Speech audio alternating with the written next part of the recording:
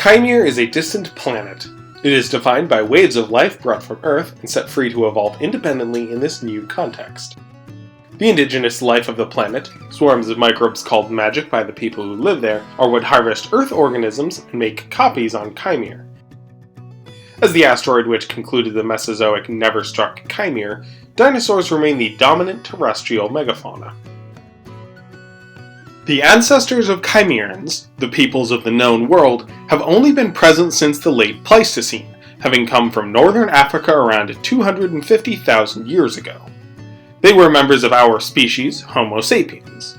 The other peoples who populate the planet, from the Tlaten of Kaishel and Permian Islanders to the far north, to the Maku and other peoples of the eastern continent, and various groups on the fringes of the known world, are all descended from Homo erectus, which came to the planet over 1 million years ago and spread far and wide long before Homo sapiens arrived. Even the now extinct first children, who first domesticated Chimeran magic and shaped much of the known world as it is today, were of this more ancient harvest. At least that's the leading theory of their origin. Aside from their small stature, the very long life set the first children apart. Studies of their subfossil and fossilized remains suggest that they lived for thousands of years when they first arrived in Picardia around 13,000 years ago. They did not reach maturity until at least their 3rd century.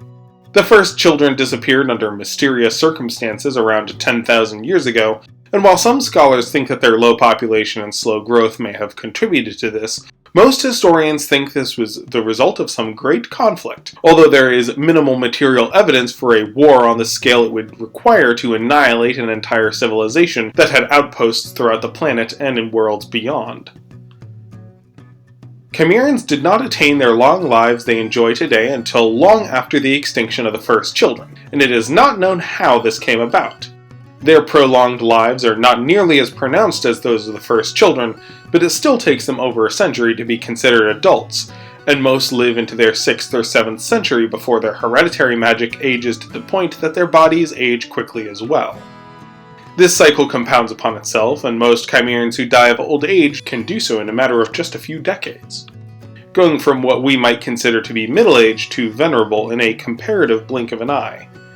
While the origins of this hereditary magic remain unknown and are the topic of much scholarly debate, it appears to have been universal among Chimerans around 6,000 years ago, at the advent of the Age of Witches. The pregnancy of Chimerans lasts for around 3 years. This prolonged gestation is unnecessary as far as assembly naturalists can tell, a byproduct of their prolonged lives. But in conjunction with the healing properties of their hereditary magic, pregnancy is mild and it is quite rare for the mother to die in childbirth. At some points in human history, as many as 20% of women died due to birth and pregnancy-related issues. For Chimerans, childbirth is much safer, and most mothers make a rapid recovery. After such a long pregnancy, growth in the first 2 years of the infant's life are surprisingly fast, with them aging only half as long as a human baby. After that, once they are able to talk and walk, growth slows dramatically. A 10-year-old Chimeran will look and act around 3 years old, most don't hit puberty until their 40s, and most cultures celebrate the coming-of-age ceremonies when they are between 70 and 100 years old. For a world so fraught with danger, it might seem disadvantageous to have such delayed lives. Indeed, compared to most humans of Earth, many human species in Chimer live faster lives, with only the Tlaten of Kaishel tending to live longer than humans. The Hanukith, or hinterland giants, are a human species which were indigenous to the known world before the arrival of Chimerans. They are reclusive and few know much about them, but they are known to age quickly, typically reaching puberty at around 9 and coming to age around 15.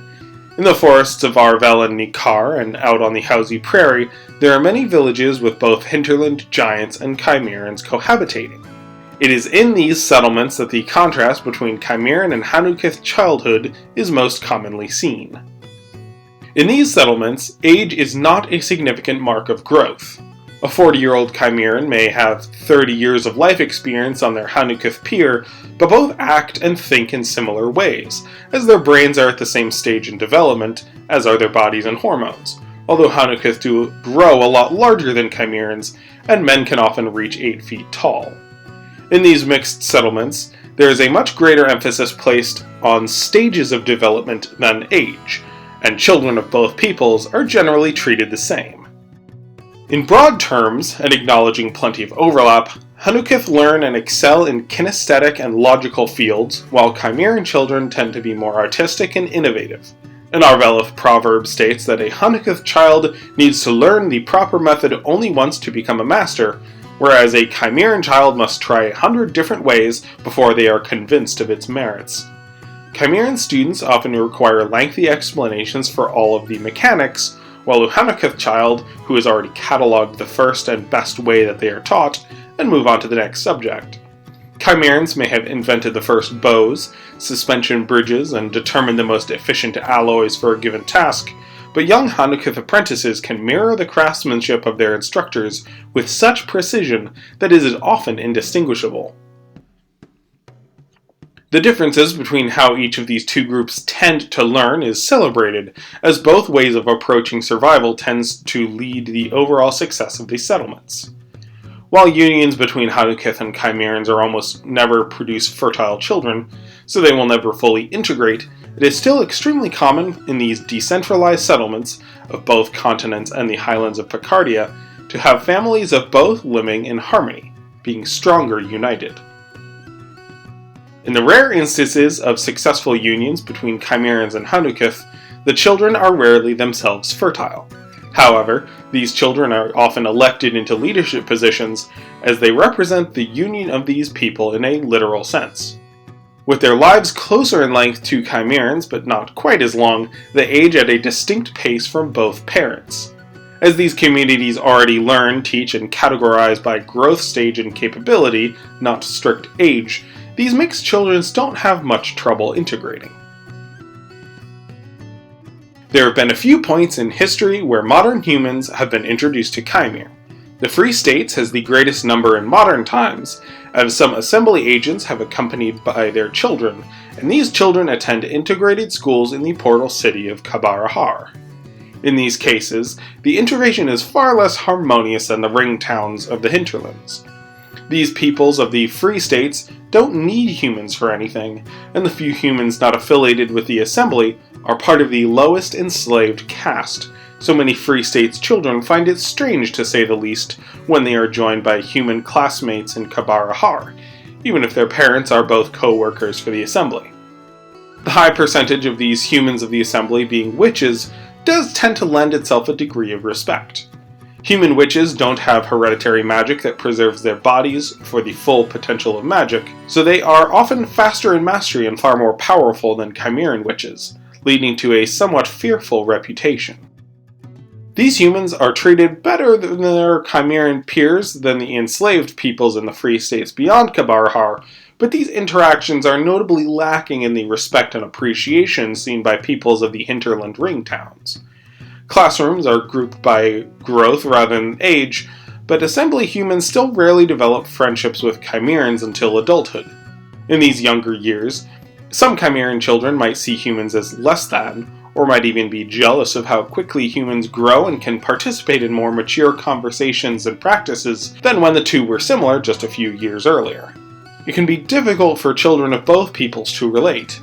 When friendships do develop, the human develops at such a dramatically quicker rate that it is rare for these bonds to last. Adults struggle a lot less to connect, as friendships can develop and endure over many decades, rather than the small window that Chimeran and human children share as peers. The differences in aging between Chimerans and other humans can make relating and befriending challenging, but especially in such contexts as the hinterland ring towns, harmony and understanding are far more attainable than one might at first suspect. In most parts of the known world, Chimerans grow up and go about their lives only meeting other Chimerans, yet it is categorized by growth instead of age. It is much easier for these people of such strikingly divergent lifespans and ages of maturation to relate to one another. Cheers to Grazat for sponsoring this episode. This topic came up early in my career, as the protagonist of my future novel series is the son of a human and a Chimeran, so these were questions I needed to unpack. Greater detail once I get to those books. It also did come up in my first anthology in the second story, Fire in the Shadows. The protagonist of this story, Sima, is a Chimeran girl of 42. Her friend Tayla is in her early 50s. I don't mention their ages, instead describing them as very young adolescents. I felt listing their ages would only confuse new readers, and as the girls never met a human or Hanukith, I had no convenient narrative reason to explain their differences, so left out the ages. This has become convention, and in both of my anthologies, you'll find very few ages listed for the regions I mentioned above. Especially in The Lost Hellfighter, where Elijah is in his 20s but looks to Kaimerans like a man in his 2nd century, the concept of age and growth differences will be much more prominent. I was glad that Grisot wanted to specifically unpack childhood, as consolidating all my notes on the matter into a coherent episode will be useful down the road, especially as I prepare for my next anthology, in which one story takes place in a hinterland's ring town. That's all for today! Hope those of you who celebrate Christmas also had a wonderful holiday. Cheers, folks!